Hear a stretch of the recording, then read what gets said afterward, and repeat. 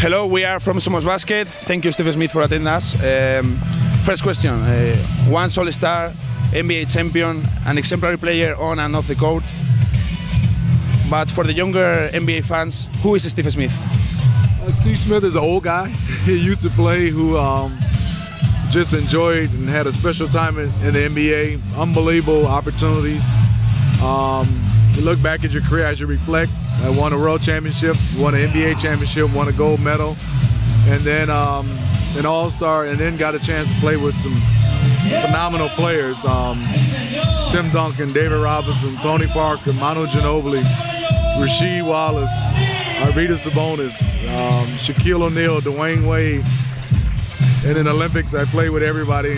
And so you start to look at your career and go, wow, it's fantastic. And then now I still get a chance to be around with the NBA, doing trips like this. And then also I work for NBA TV and TNT. Yes, in addition, you have success with the US national team, like the Olympic medal in the 2000, the FIBA Americas, and the Olympic Championship, the Championship World. What difference do you see between those years, your years with the national team, and the actual years with Mike Krzyzewski? With Mike Krzyzewski, it's totally different style of play right now, and I think also what's been great, but him and Jerry Colangelo, we kind of got together and played, and it was just in that year. Now they go through every year. They have training camp in the summers, and it gives more of a camaraderie and chemistry. And I think right now, 80% of their team, everybody's in their prime, which is a little scary. And the oldest guy, I think, is Carmelo, but he's only 32, and LeBron's, I think, 30, 31. And maybe if Kobe plays, he'll be a little old, but other than that, everybody else is young, so they still have a good 2 Olympic run with these guys.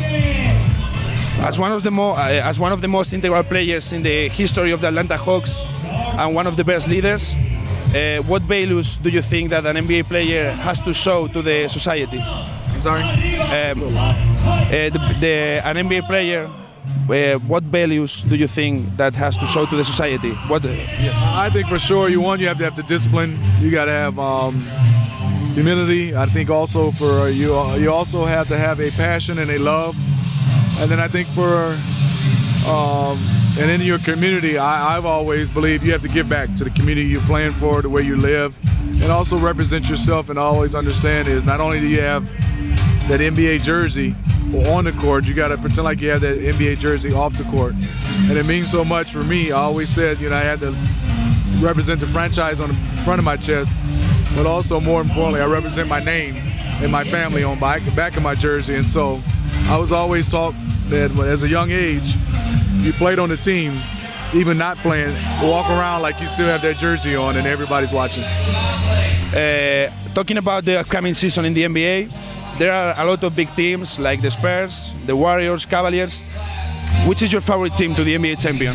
Like you said, so much.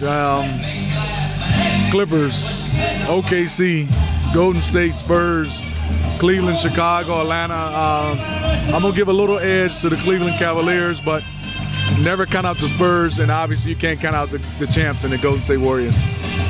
And in your opinion, who is actually the best player in the world?